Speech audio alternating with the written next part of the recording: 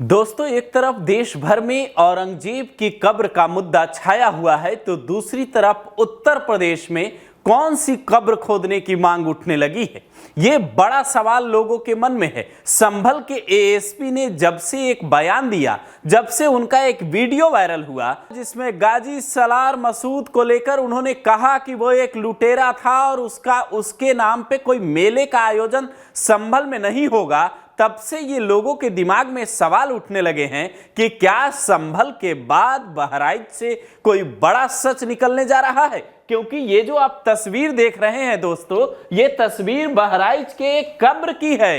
ये किसी मुगल बादशाह के कब्र की नहीं है। मुगल बादशाह जितने भी हुए उसमें बाबर की कब्र जहां अफगानिस्तान में है तो वहीं हुमायूं की कब्र दिल्ली में है। यूपी में आगरा में जो है अकबर की कब्र है और आगरा में ही चूंकि ताजमहल भी है इसलिए जो शाहजहां और मुमताज की कब्र भी वही है, जबकि जहांगीर की कब्र पाकिस्तान के लाहौर में है। लेकिन औरंगजेब की कब्र जो महाराष्ट्र में है उसे हटाए जाने की मांग लगातार जोर पकड़ रही है और उसे लेकर नागपुर में हंगामा भी हुआ है जिसकी तस्वीरें सामने आई।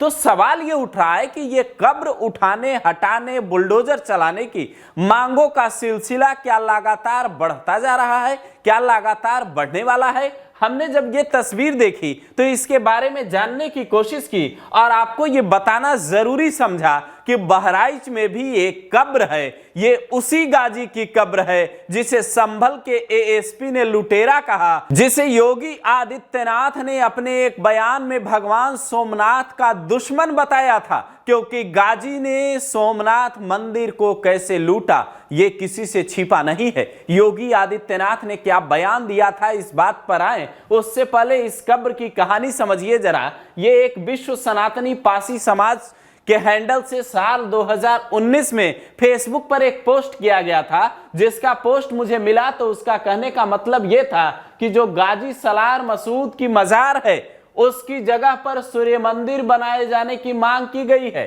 दरअसल एक पक्ष का दावा है कि बारलाख ऋषि जो थे वो सुहेल देव महाराज के गुरु थे और राजा सुहेल देव जो थे उन्होंने ही गाजी मसूद को वहां जो है युद्ध में हराया और वहीं बहराइच में उसकी कब्र बन गई, जिसका जिक्र करते हुए सीएम योगी आदित्यनाथ ने कहा था कि बहराइच की धरती महाराजा सुहेल देव की धरती है, जिन्होंने भगवान सोमनाथ के गुनाहगार मसूद गाजी को मौत के घाट उतारकर यही कब्र में दफन करने का काम किया था। हो सकता है बहुत से लोग इस बात को नहीं जानते होंगे कि बहराइच में किसी गाजी की ऐसी कब्र भी है। जिसके बाद योगी आदित्यनाथ ने एक बात और कही कि हमने महाराजा सुहेल देव का भव्य स्मारक बनाने का काम किया। महाराजा सुहेल देव राष्ट्र रक्षक थे। सुहेल देव के नाम पर यूपी में कितनी सियासत हो रही है आपसे ये छिपी नहीं होगी। यहां तक कि जो ओम प्रकाश राजभर हैं वो उनकी पार्टी का नाम भी सुभाषपा है, उसमें भी सुहेल देव का नाम जुड़ा है। तो कहा यह जाता है कि जो ये गाजी सलार मसूद है इसके बारे में कहा जाता है, एक रिसर्च पेपर में इस बात का जिक्र मिला है कि जब बहराइच में लड़ाई हुई तो सुहेल देव ने 21 पासी राजाओं का गठबंधन बनाया और उसमें बहराइच, श्रावस्ती के साथ ही लखीमपुर, सीतापुर और लखनऊ और बाराबंकी के राजा शामिल थे।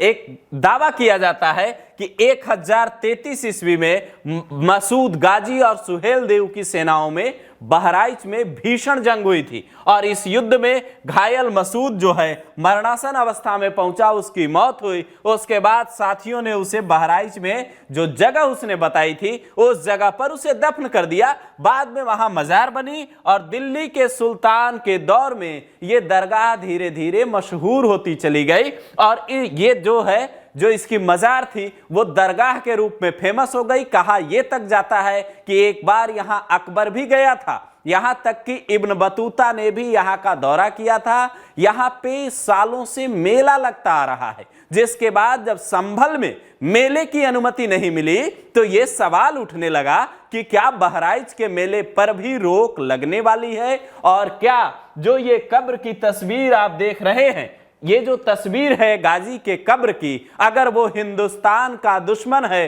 वो हिंदुस्तान का लुटेरा था, तो फिर क्या इस कब्र पे भी कोई एक्शन होने जा रहा है?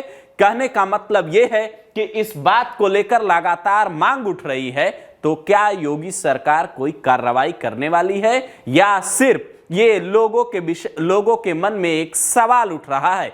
आपकी इस पर क्या राय है? अपनी राय कमेंट करके दे सकते हैं।